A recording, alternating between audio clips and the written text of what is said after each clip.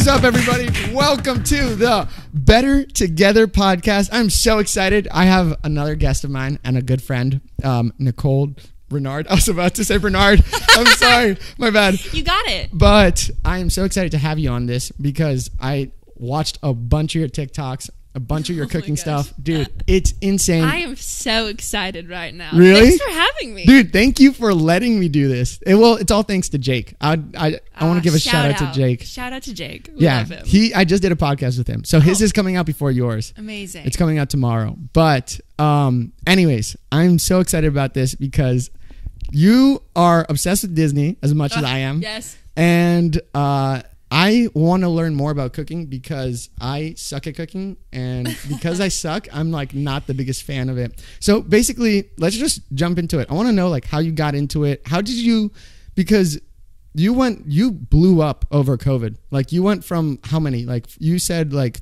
at the beginning of COVID, it was 74,000, and now we're just at almost 2 million. That's insane. And so crazy. I guess first question is, well, to start from the very beginning, what got you into cooking? And like, what is it? I was just going to say, it's funny you asked that because I actually don't think I'm a good cook. Really? I don't feel qualified to do what I do. So I will say that in college, I was a pastry chef for 4 years. I worked in a commercial kitchen and I baked, and that is where I got most of my formal training. Okay. And a friend of mine dared me to apply to the Culinary Institute of America to do my master's. Yeah. And I laughed at her because I told her, I was like, I don't know anything. They're not going to accept me, and I got accepted. So I almost went to the CIA in New York, but then I became Miss Washington right after I graduated and had to put my enrollment on, or defer my enrollment. So I didn't end up going, but two great options right there. When I started TikTok about a year ago, I started posting some food videos, and my smoothie bowl videos specifically are the ones that started to get a lot of views. And I was like, oh, people like this. But I didn't really make smoothie bowls that much. And then over COVID, like you said, everything just blew up when I started recreating Disney recipes, because I'm a huge Disney fan, and I was so bummed that the parks were closed for so long. And so I thought, well, I'll bring Disneyland to my house by making all my favorite snacks that I no longer can get. Yeah. And those recipes started blowing up, and all of a sudden I just like dove headfirst into food, mostly focusing on smoothie bowls and desserts because that's what everyone was asking for. But I don't feel qualified at all. I'm like, I blend fruit together. That's what I'm good at. Are you kidding? And I'm still learning how to cook. I can cook, but I'm better at baking and making smoothie bowls than anything. So. Okay. When this first all started happening, because you said that you noticed that your smoothie bowl things were doing like better than your other content. Is that what you wanted to do, or did you kind of just end up doing it? A little bit of both. Okay. I didn't know anything about smoothie bowls until I moved to California about 5 years ago. And I had my first one, and I still didn't really understand it. And I never made my first one until even months after that. Is it like soup? I've never tried one. Oh my gosh, I'll have to make you one. It's basically like frozen yogurt, but a smoothie. So think of a smoothie, but thicker. Okay. Thick enough to be like an ice cream consistency. And then you put toppings all over it, like fruit, granola, it looks delicious. honey. Really, you can put anything on it. Okay. Some are healthier than others. But I make all kinds of ones, and they're all different colors. They're all different flavors. You can really do whatever. Wow. But I noticed, I have a YouTube channel, and YouTube is something I wanted to do for 10 years, and it's never really, I didn't understand it. I didn't know how it worked. And so I took a course online just kind of teaching about the YouTube algorithm and how to be a YouTuber. Decided to put my skills to use over quarantine. And one of the things they talk about is creating content that people are searching for, but there's no content about that. So I did some keyword searches and realized that a lot of people were searching how to make a smoothie bowl and how to make a smoothie bowl thick. And there was no videos really on that. And so I thought, this is a category that I can tap into because I have experience. And if nobody's posting content on it, then mine's going to do well. So I started like posting all of these smoothie bowl tutorials and how to use different blenders and how to get your smoothie bowls really thick, and they just started going off on YouTube. And I've got more views on those videos than I ever had in my entire life. And I was like, I've cracked the code. I figured it out. I found it out. I'm the smoothie bowl queen. So I have now so many videos on YouTube about smoothie bowls and different recipes and tutorials, and it's super fun. Wow, that's crazy. What's been the most gratifying thing about posting this certain type of content? So many things. I think one thing that really stands out is that I have a lot of people reach out to me, typically young girls, who tell me that I've encouraged them to learn how to cook, and I've made cooking fun. They tell me that they're inspired to cook now, and they're inspired to eat healthy because of my smoothie bowls, and they send me pictures of these precious smoothie bowls that they've made. And one of my signature things is putting frozen riced cauliflower in it, because it doesn't taste like anything, but it helps make it thick and it helps make it bigger, but it also sneaks in veggies. And so I've had moms reach out to me that say, my kid now eats vegetables because they saw you put cauliflower in your smoothie bowls, and I've never been able to get them to eat vegetables before. Are you serious? So I'm like, that's so cool. Whoa. My favorite one was this little girl who reached out, and she said, oh my gosh, I'm having a Nicole the Nomad themed birthday party. My parents bought me a blender and we're all making smoothie bowls. Are you serious? And I cried because I thought it was so precious. That is so cool. Because I was just telling you before the podcast that I suck at cooking. Like I want to be, because at the end of the day, like when I get older, I mean, I'm turning 25 this month, but I want to be like the husband that knows how to cook, and I suck at cooking. And so I want to know, what tips do you have for people who are not good at cooking but want to be better at it? Or at least, how do you get someone to enjoy cooking when they're first starting? Because every first experience I've ever had, like even when I watch your videos, I can't even follow along, not because of you. I'm saying just because of my own talent. Like I'll do it, and just for some reason it just goes wrong for me, just probably because I don't know, I just probably don't listen to instructions. So I guess the question is, what tips do you have for people to get into cooking and like to enjoy it, first timers? Well, if it makes you feel any better, I mess up all the time too. Okay. And I usually just keep it in my videos because I want people to know that I mess up too, and it's okay. Yeah. But I also think a good place to start is to find what you like. Like not only what foods do you like and want to eat, but what can you currently do? Don't try to add in too many new things all at once, because it might be too much. But I think you're saying I should start with mac and cheese? That would work. But also, one thing I've explored a little bit over quarantine are the boxes that come, like HelloFresh or Green Chef, where it comes with different meals that are already, all the ingredients are already in there. They're already pre-portioned out. And it comes with a card that has all the instructions written out, but they also have pictures. I'm a big picture person. So you can see what it looks like. And I think I gained so much confidence in cooking after doing one of those meals, because it was easy to read. I was able to do it. And then when I was done, I had this beautiful meal that felt complex, and it tasted so good. And I was like, I did that. Wow. And that gave me the confidence to be like, oh, I could do that on my own. Yeah. So I think those boxes really help to start out, to give you ideas and to kind of boost your confidence, to show you what you really can do. And I just saved those cards as recipes, and I made my own little cookbook out of the cards that I've saved up. So you can make that stuff again. You just go to the grocery store and get all the ingredients. Dang, I had no idea about that. So I'd start with that. I think it's fun. That is, dude, I couldn't even formulate that. Like because when I asked that question to myself before I got here, I was like, I can't even think of my own like answer, like how to get into it. And that's so creative. Another question is, you said that you make mistakes all the time. So for your TikToks, you've shot a lot of smoothie bowl TikToks. How long does it take for one of your smoothie bowl TikToks to get it to like perfection? How many have you like made mistakes and had to do the whole thing all over again? I will tell you a quick story. Last week I was making, I want to say, and actually it was worth it because the video got a couple million views. So I'm like, I'm okay with this. But I was making my Grinch smoothie bowl, and if you watch the video, you'll know what I'm talking about, because I was lip syncing different parts of this audio from the Grinch. I saw it. And so while I was figuring out this part of the song, I didn't want the stuff in my blender to melt, and so I quickly put it on the shelf in the freezer so that I could do this part of the video and not have my stuff melt, because if it melts, it's not thick and then it doesn't work, and I knew that would ruin my video. So I stuck it in the freezer, and then when I opened the freezer, the whole blender just goes pop, and it falls out of the freezer upside down, all over my floor. So I had frozen mango, pineapple, banana, spinach, protein powder, milk all over my floor. Yeah. I was so mad, and I really didn't want to waste that fruit. But sometimes, like, I'll literally waste an entire smoothie bowl because one ingredient was off, or I didn't do it the right way, or I waited too long and it melted.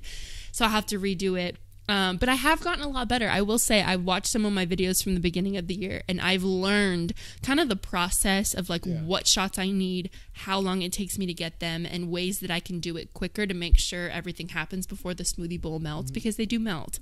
But now I can whip them out in about 15 minutes if I'm moving. Yeah. No way. How long compared to the first one? How long is it? Like how long was the first one? How long did the first one take you? Well, it can't be longer than a certain amount of time because they'll melt. Yeah. But I mean, the way I do it now, my strategy is to film the first parts, and then when I do the swirl, I have to move my camera over to get the top shot, and then before I eat it and do the taste test, I have to take it outside and take a picture of it for Instagram.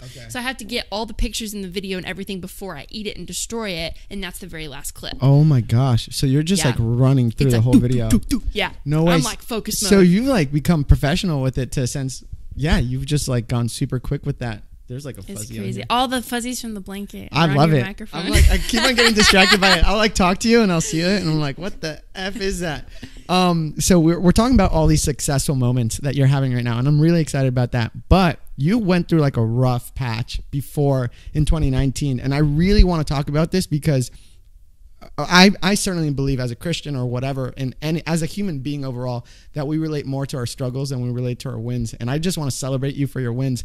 But it took you a long time to get to where you are today. And I really value that story that you told me. And you started off with an ACL injury. Like, how did it all start off? Oh, that was not the beginning, my friend. Dude, I'd love to that hear. was just halfway through. Dude, I'd love to hear from the top to the beginning of how you got to where you are today, because even like hearing a snippet of it on Instagram and you telling me right before the podcast, it is so inspirational, and it makes me feel like I've had it easy. And so for your mentality to just be like, no, I'm going to stick through this, I'm going to believe in myself, I'm going to push forward, that is such a story that I believe people need to hear as content creators or whatever, or whoever's trying to pursue a goal. So can we just start off like that too? Like where did it begin? Like, for sure. Yeah, go for it. So if we're really going to go to the beginning, I mean, I can remember in 3rd grade hearing things from girls who bullied me, and these things they said and spoke over me I believed, and I let become labels and define who I was. And those are the voices I listened to because I was insecure and I didn't have a lot of confidence. And I grew up as a competitive dancer, so I spent 10.5 hours in a dance studio staring at myself in a mirror, and that really doesn't do a whole lot for your body image. So I struggled with body image and confidence, and ended up struggling with eating disorders growing up through high school and college. Also competed in scholarship pageants. Like I mentioned before, I competed at Miss America in 2017, which was an incredible experience. My job as Miss Washington was one of the best jobs I ever had. That is insane. I'm talking to Miss Washington right now.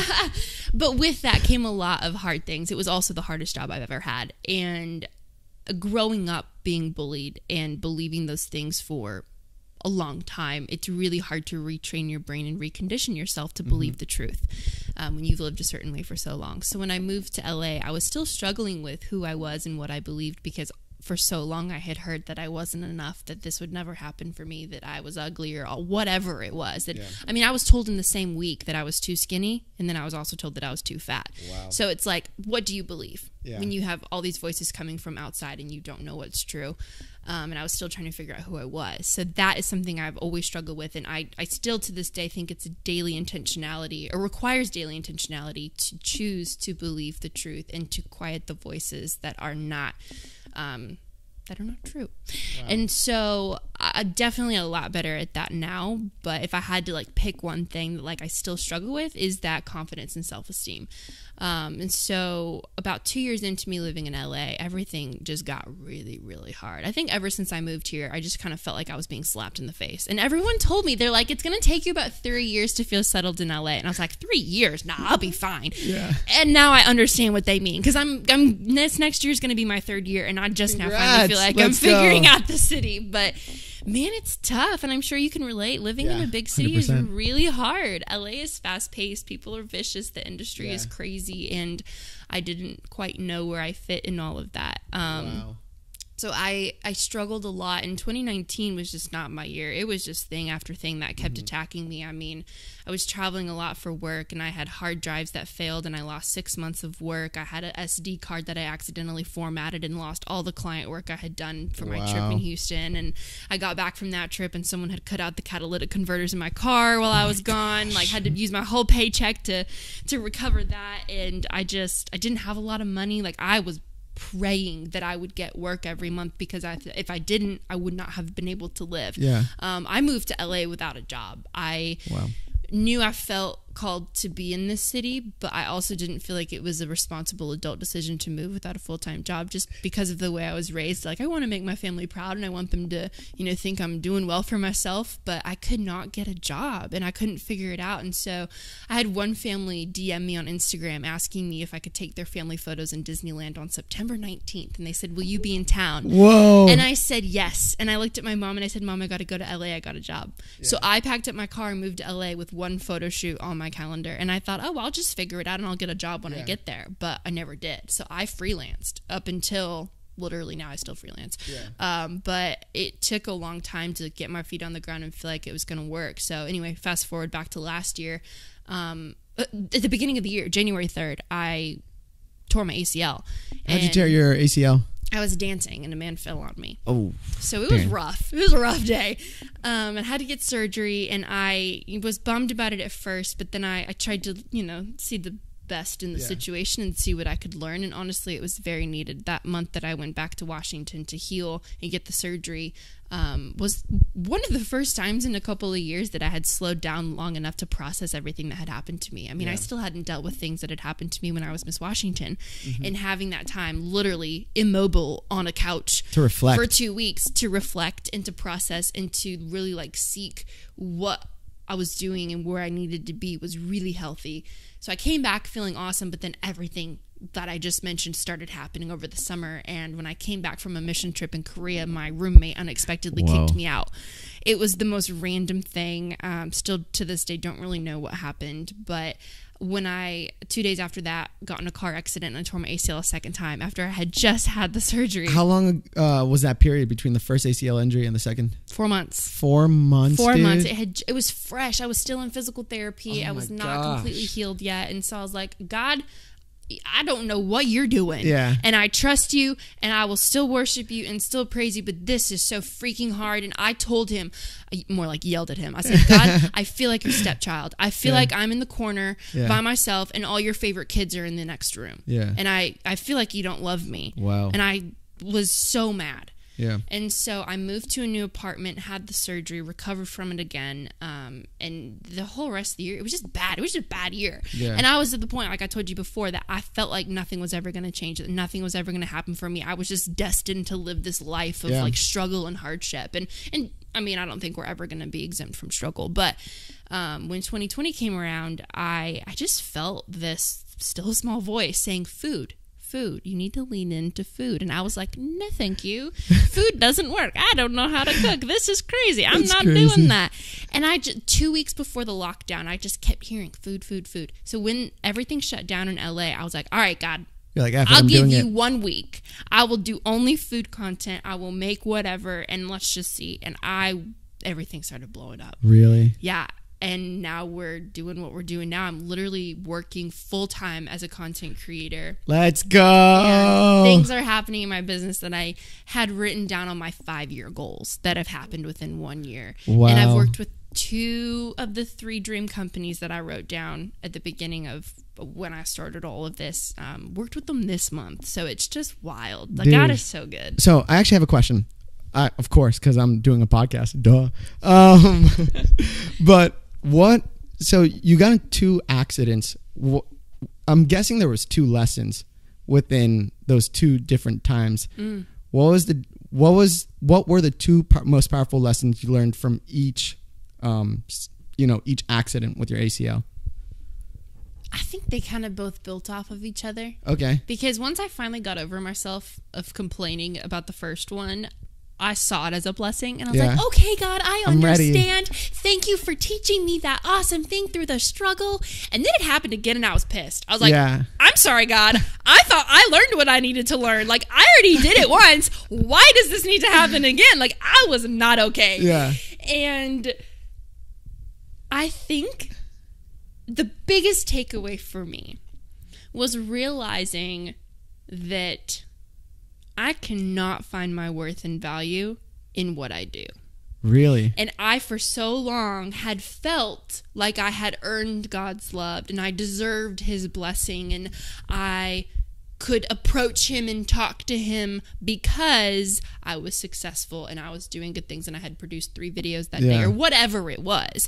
And it literally took him knocking me down to be like, hi, you can't do anything today. And guess what? I still love you. Whoa. And I did not know how to receive that because all my life it's been performance based. It's been, I got to do this. I have to do this. I have to prove myself. I have to show that I'm worthy. I have to win the competition or do whatever it is to prove to people why I'm worthy of being their friend or why, and with God too, why he should love me. And so I really had to be in a position where I could not do anything. You just had to accept. Yeah. I couldn't do anything. I couldn't do my work. I couldn't be productive. I couldn't do all these things that I thought made me me. And God was like, guess what? So I'm still good. Sorry to interrupt, but when was that moment where you were like, okay, I think I'm just going to have to accept. Like, I'm just going to have to learn to accept love from God at this moment. Yeah, I think it's a daily thing that I'm still realizing. Really? Because even though I realized it and understood it then, even though I'm out of that now, I'm still realizing it and I'm still learning it because even just the other day, when I got the email to work with one of my dream companies, I was sobbing, not because I was upset, but because I was so overwhelmed by how good things have been the last couple of months. And it was so starkly different than last year that I'm like, God, wait, you just reversed everything. And now I don't know how to receive it. Like, I don't know how to receive these things you're putting in my hands because I don't feel like I deserve it. Yeah. And it was so good that I'm like, again, realizing that it's not because of anything I did. Yeah. You know? It's just the way it is. It's just because he's good. It's just because he loves us. And I think the more I can spend understanding and accepting and embracing the fact that he's going to love us regardless. He loves us on our most productive day as he loves us if we sit in bed all day. That's not saying we should sit in bed all day, but that's just saying that it's not dependent on what we do or don't do. It's just dependent on the fact that he is love. And that's it. That's it, dude. Dude, that's so good. I'm even like, you're preaching to me right now because I'm also like a very competitive person because I play sports and all that stuff. So when you were going through this whole process, how was the journey of deconstructing your formal way of believing a certain way of life to reconstructing it into a new way of living? Yeah. How was that process? And what was the hardest thing to, well, I guess loving yourself, accepting love was one of the hardest things to accept. But what was another thing you learned from that? I'm a perfectionist and I like everything to be perfect. I grew up, in the competitive nature. So I thought, in order for this to be a success, I have to win. I have to come out on top. But it never occurred to me that I could still win without winning. Because a lot of the times where I didn't, let's use the pageant for an example, didn't come out with the crown on my head, I still won because I made friends. I had an amazing experience. I grew as a person. I learned all these new skills, like how to interview, how to speak in public, valuable things that I still use to this day in my career. Like, hello, that's a win. Yeah. You don't necessarily have to come out on top to be the winner. And to that point, because I'm such a perfectionist, I had equated the outcome of the performance to the level of like how well it was. And I'm realizing that there is so much value in failures as well. And so sometimes I do things so that I fail. Like I let myself mess up and I put myself in situations that are outside of my comfort zone and outside of my skill level so that I fail and realize that it's not going to kill me. Yeah. That I'm going to be okay. Because the second I fail, I understand like, oh, why was I so afraid of that? But I lived for so many years not doing anything that I knew I couldn't do because I was so afraid of failing. Yeah. And now I'm like, let me fail as fast as I can. Let me do something. Let it mess up. Let it suck. Let it be messy. And we have to be willing to let that happen in order to get better. Because if not, we'll just stay in our comfort zone and stay doing the things that we've always done and we'll never grow.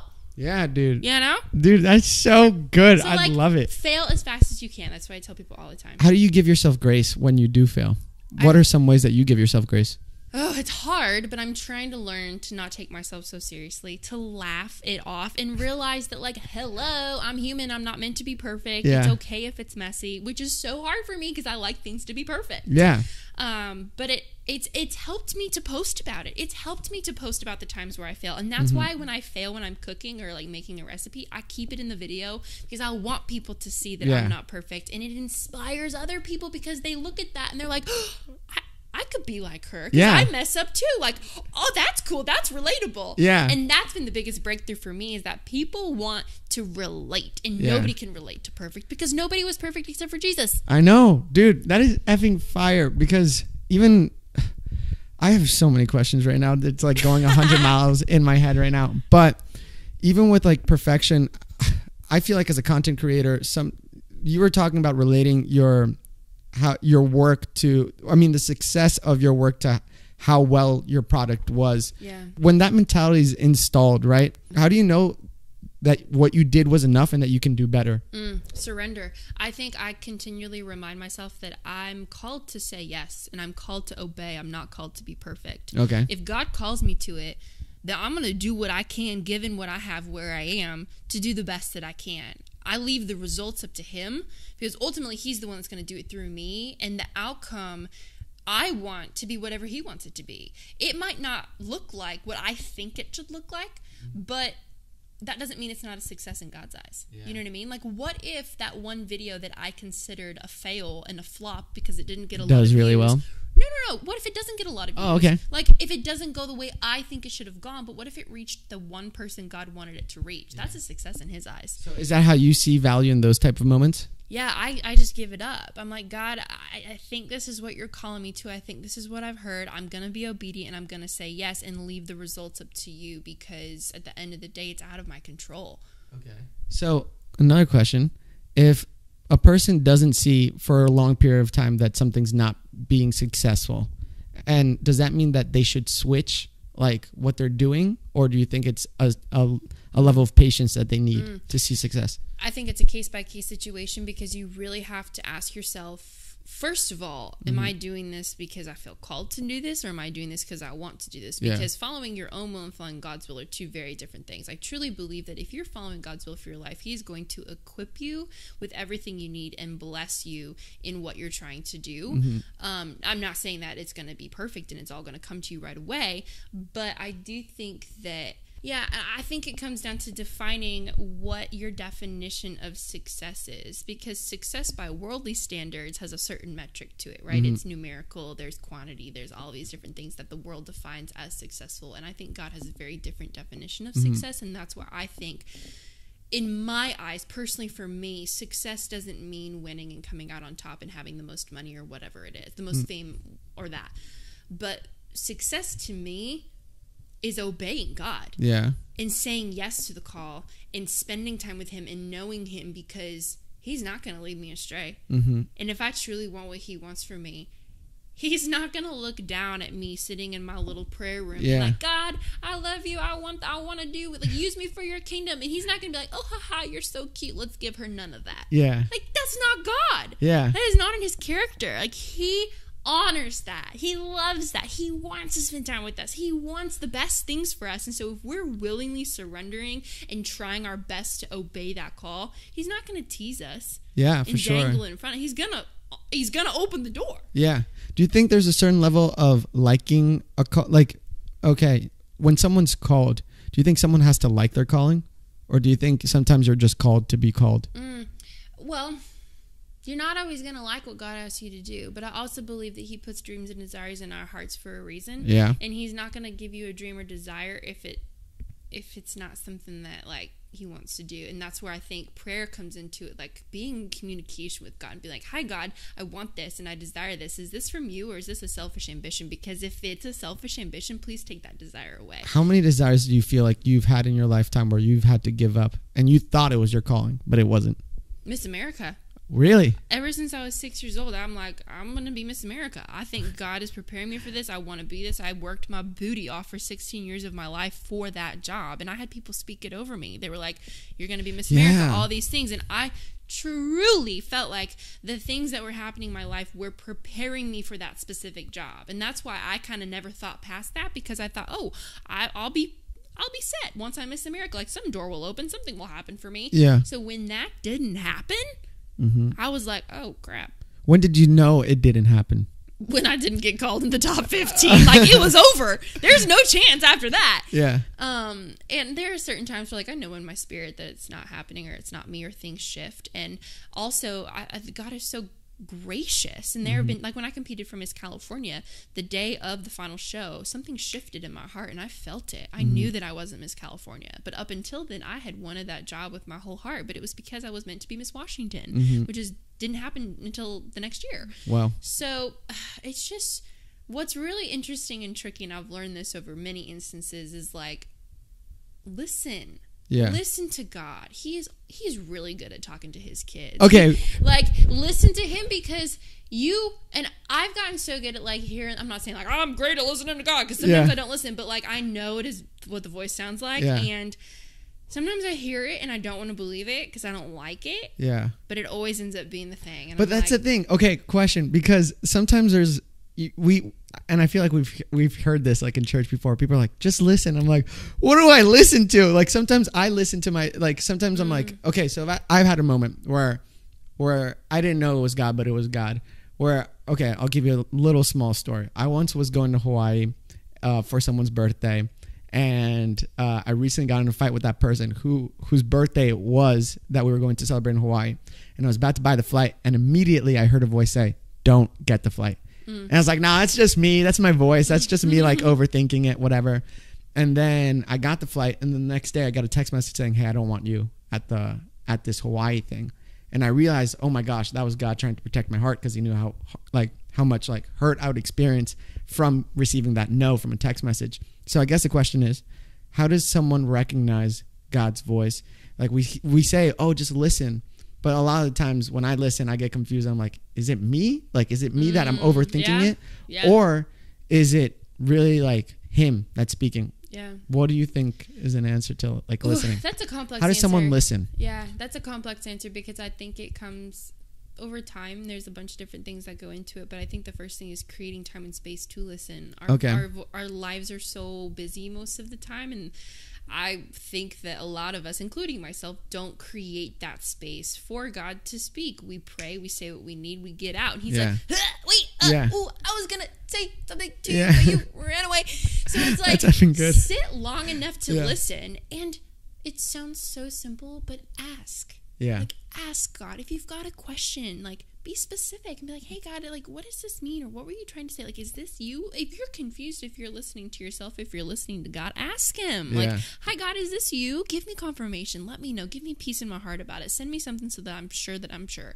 You know what I mean? Yeah. And I think over time, after you continue to do that and you begin to understand how God speaks to you, because he speaks to everybody in different ways, you learn how to hear that voice, and then it gets easier. It's like when you're talking to a friend, like, if you've been friends with that person for 4 years, it's going to be easier to understand and to where hear they're coming from than somebody that you just met 5 minutes ago. That's true. And so I have just over the years had experience in, like, asking God and spending time and figuring out different ways, because I've heard wrong before and I thought I heard God and I was just a crazy person and I'm talking to myself. I'm the same way.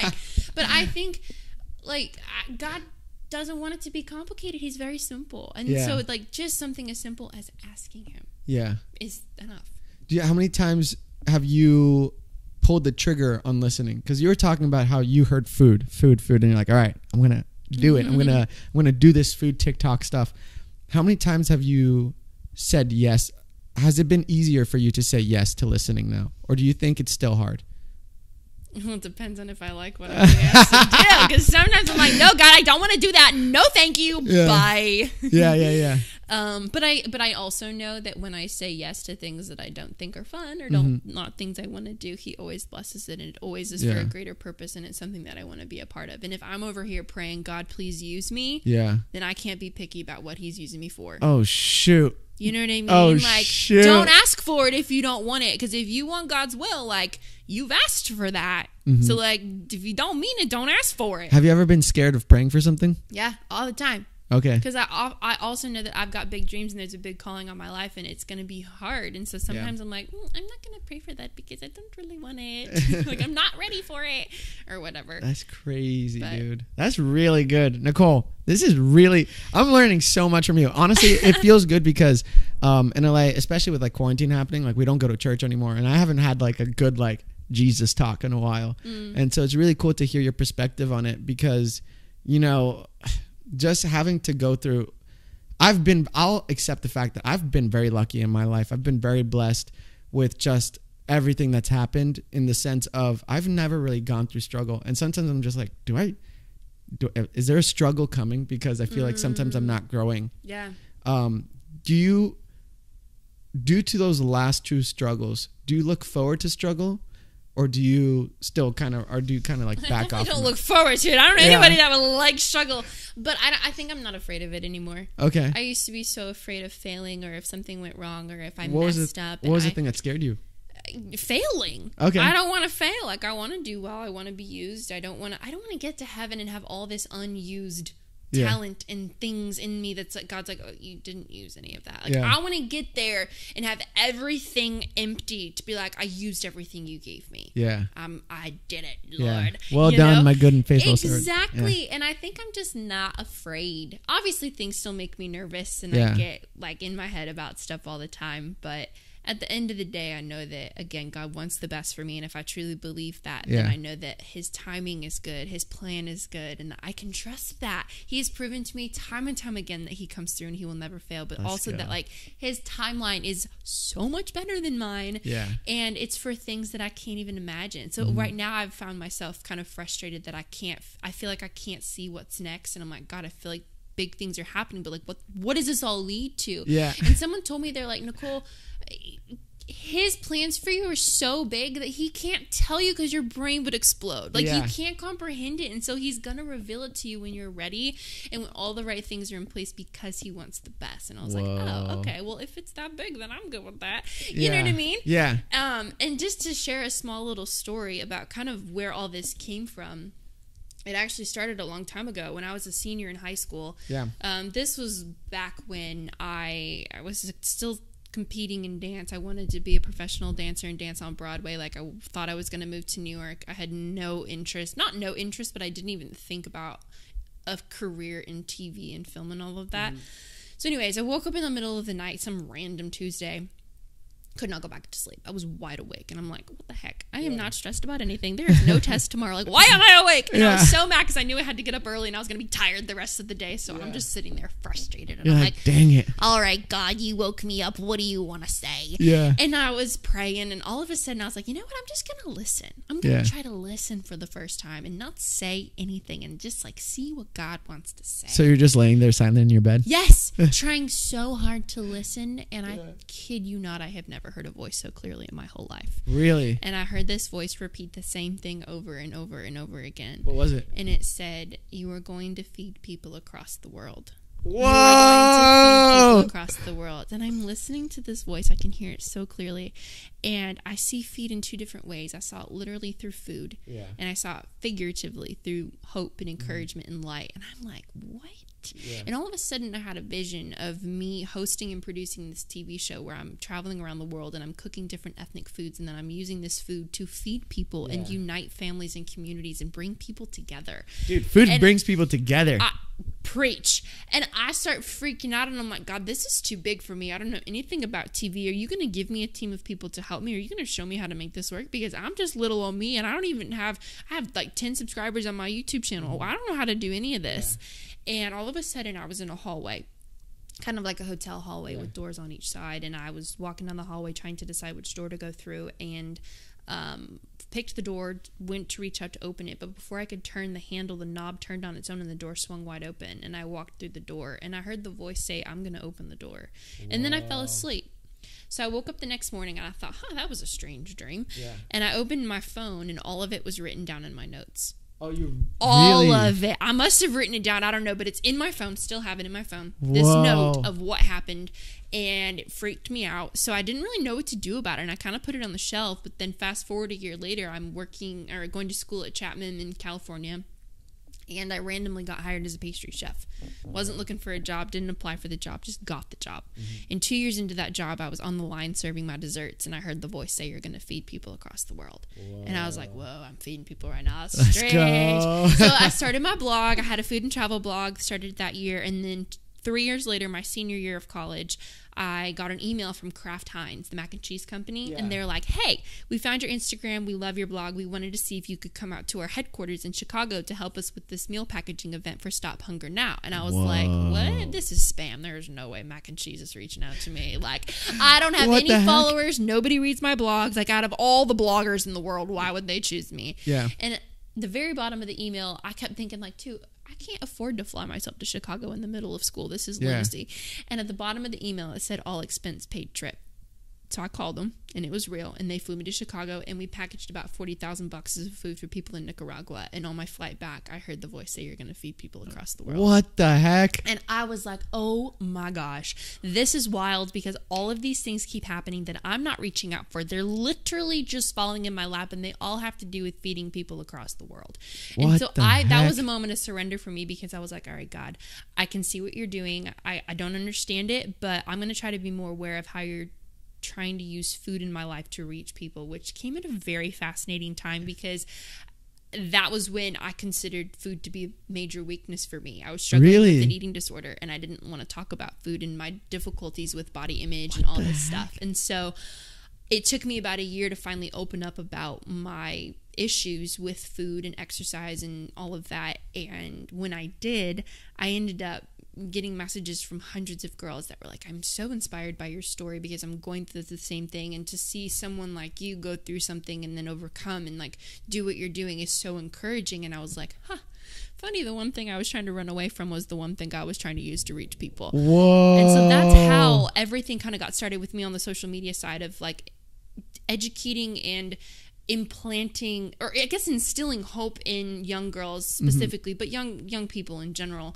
that our worth and value doesn't come from what we do and don't do in life, and it also doesn't come from our physical appearance, but it comes from the fact that we're all humans created with purpose. Whoa. And then everything has just kind of stemmed off of that. So now that I'm here and I'm doing what I'm doing, I'm like, as long as the underlying purpose of what it is feeding people across the world, then I know I'm on point. What the heck, dude? That was such a good story. No joke. I was like hanging off of like every word you were saying. Like, just like, wow. I'm so glad I asked that question. It is so cool. Well, thanks for letting me share it. Wow. That was a podcast and a half. Dude, wait. Can you grab your pastries? Oh my gosh, yes. I want to try it right now. We're going to try it on the podcast. She's going to go grab it right now. But as I'm speaking, this has been a really fun podcast. I've enjoyed myself a lot, and I cannot wait to try these desserts. Dude, I'm so amped for this. I'm just talking and rambling. Oh my gosh, look at these effing brownies, dude. Oh, I'm so lucky today. I have to say, they look prettier in Disney World, but I think they still taste explain good. These brownies right now. Okay, so at Animal Kingdom, I had this thing. It's like a brownie on the bottom, and then there's peppermint mousse on the top with little Mickey ears, and I tried to recreate it, and I think I did a pretty good job. Dude, yes, I'm so excited right now, because when I know I told you this before, but when I was watching your videos, you said this was like your favorite thing out of all the parks. It was so good. Yeah. So good. Should I just try it? Please just dive in. Dude, and also my favorite dessert more than anything is brownies. Like, I love... Here's what I feel like I should do. do. I'm not a dessert person. Can I cut it in half, though, so that you can start with the middle? Because I feel like if you start on the outside, it's going to be too hard, and I'm stressed about it. No, dude. Are you kidding me? Okay. I will eat this up. Okay. I'm going to grab one right now. Go for it. Oh, my gosh. They've also been in the fridge, so... It's okay. Dude, this looks so good. I'm going to look like it's so bad. I'm going to be like talking to you, and I have like red stuff all over my face. I do not care. Enjoy it. Right. I just had one earlier. And ASMR. They're really good. Really good. Wait till you get to the middle. The middle's the better part. I like crunch. You do? Yeah. Okay, well. You're lucky. There we go. No, this is really good. Oh my gosh.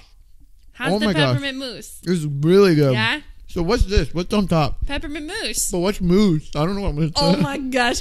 So mousse is like, it's like a mixture between pudding and whipped cream. Like it's Really? like a light whippy type. It feels like fluffy. Yeah, it's supposed to be fluffy. Normally Oh, it's like gosh. chocolate mousse is really famous, but this is the white chocolate peppermint This mousse. is really good. Do you like it? Good. It's very Christmassy. Good.